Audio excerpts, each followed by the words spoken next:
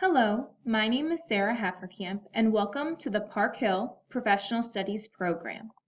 During this training, you will learn a description of the Park Hill Professional Studies program, what to do before you interview, what to do during your interview, after your interview, and a closing. If at any point you have questions, please feel free to contact us. Stephanie Amaya is the Director of Professional Studies. Her contact information is located here. This is Stephanie. Sarah Hafferkamp is the Instructor of Professional Studies. This is my contact information, and this is a picture of me. First, we are going to discuss the description of the program. Professional Studies connects classroom learning with professional experiences. We describe this by using an umbrella. The title is Professional Studies. One part of the umbrella is the Northland Career Center. Another part of the umbrella is the Northland Career for Advanced Professional Studies, also known as NCAPS. And for this training, we're going to be talking about the Park Hill Professional Studies. All three of these programs, NCAPS, Park Hill Professional Studies, and NCC, are located under the Professional Studies umbrella. As I mentioned, the Park Hill Professional Studies is located under the Professional Studies umbrella, but we specifically offer two courses, Education Services 2020 and Professional Studies Internship. This training is going to focus on the internship class. For Park Hill Professional Studies Internship class, it is fourth block, and there are three locations, one at Park Hill High School, one off-site location, and one at Park Hill South. If at ever during this class you need transportation, please contact your counselor. In the Professional Studies Internship course, there is a 95% attendance policy. This means you cannot miss more than 5 classes. Also with the program, you have to be at your internship 8 hours per week. And we provide dual credit through Northwest Missouri State. More information will be given to you about dual credit and about your internship expectations on the first day of class.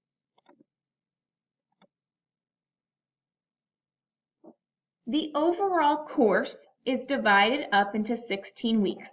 The first weeks are called onboarding. This is approximately 4 weeks, and this will take place with your instructor or teacher every single day for the entire 4 weeks.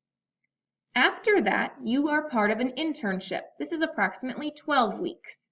You will be at your internship from 1:30 to 3:30 p.m. Monday, Tuesday, Thursday, and Friday. Please note that you are at your internship till 3:30 p.m. If you have any conflicts with after-school activities or a job, please communicate that to your instructor. And then you will notice on Wednesdays, during those 12 weeks of internship, you will meet with your instructor during fourth block, approximately 12:30 to 2 p.m. So when you're with your instructor, you may be asking, what will I be learning? When you're not at your internship, these are some things you may be learning.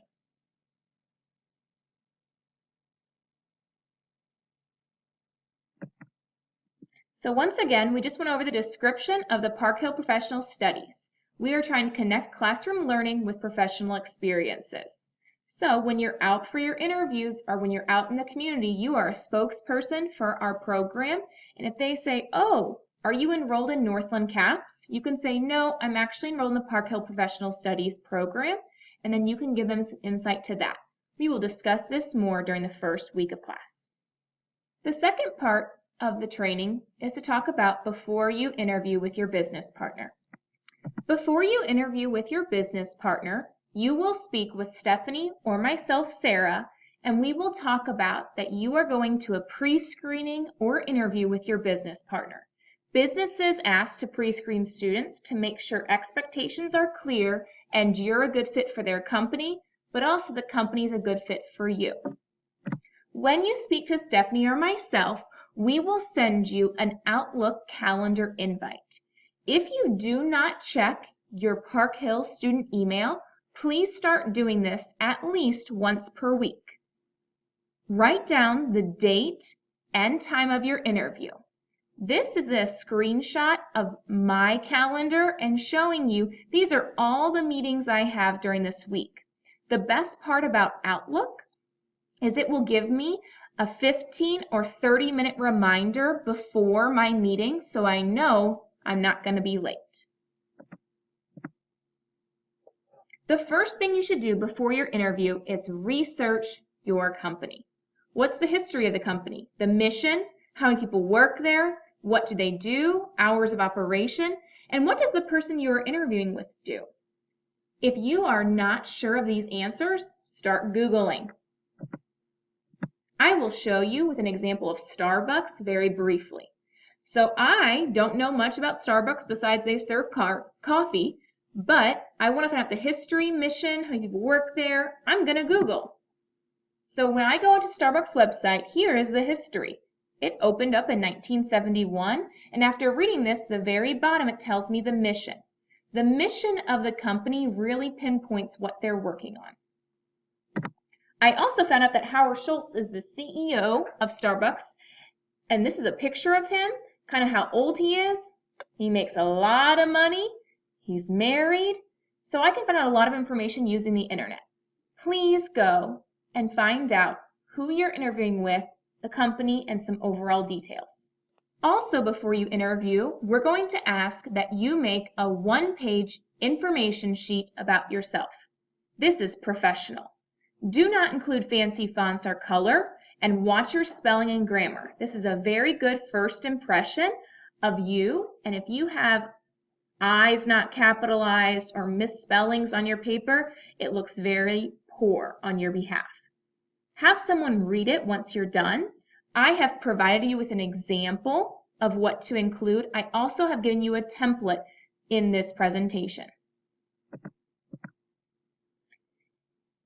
During your interview, you may be asked some interview questions. So before it, I would like you to practice what you're going to say.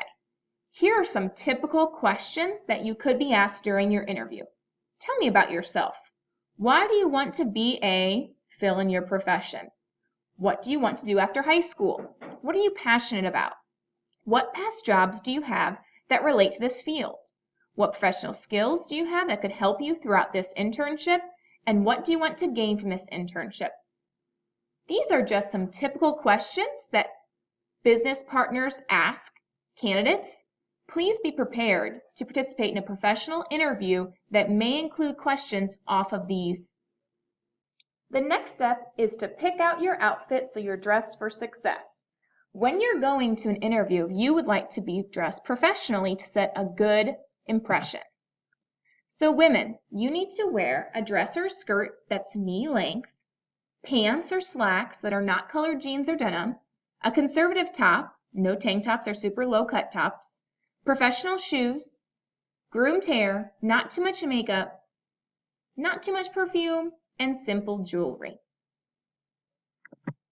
Here are some pictures of appropriate outfits. This candidate has a friendly smile, a classy blazer, and sensible flats. If you are not used to walking in heels, going to your first interview would not be a good time to do that. All of these other women are dressed to impress.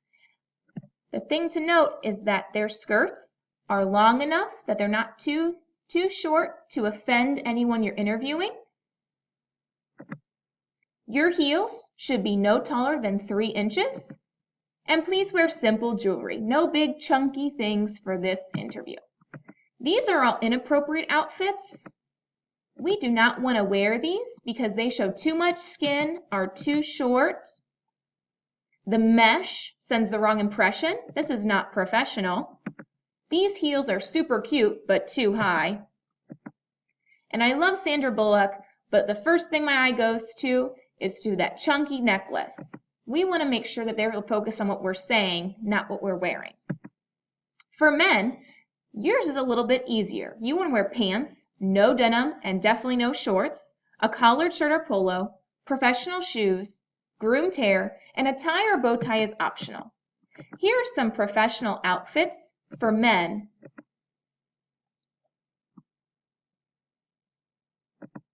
Here are some inappropriate outfits for men.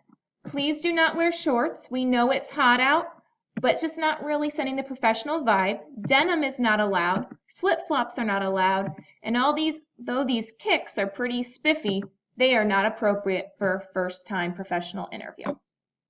If you are unsure of your outfit, please feel free to take a picture of what you're wearing and send it to Sarah at haffercamps@parkhill.k12.mo.us.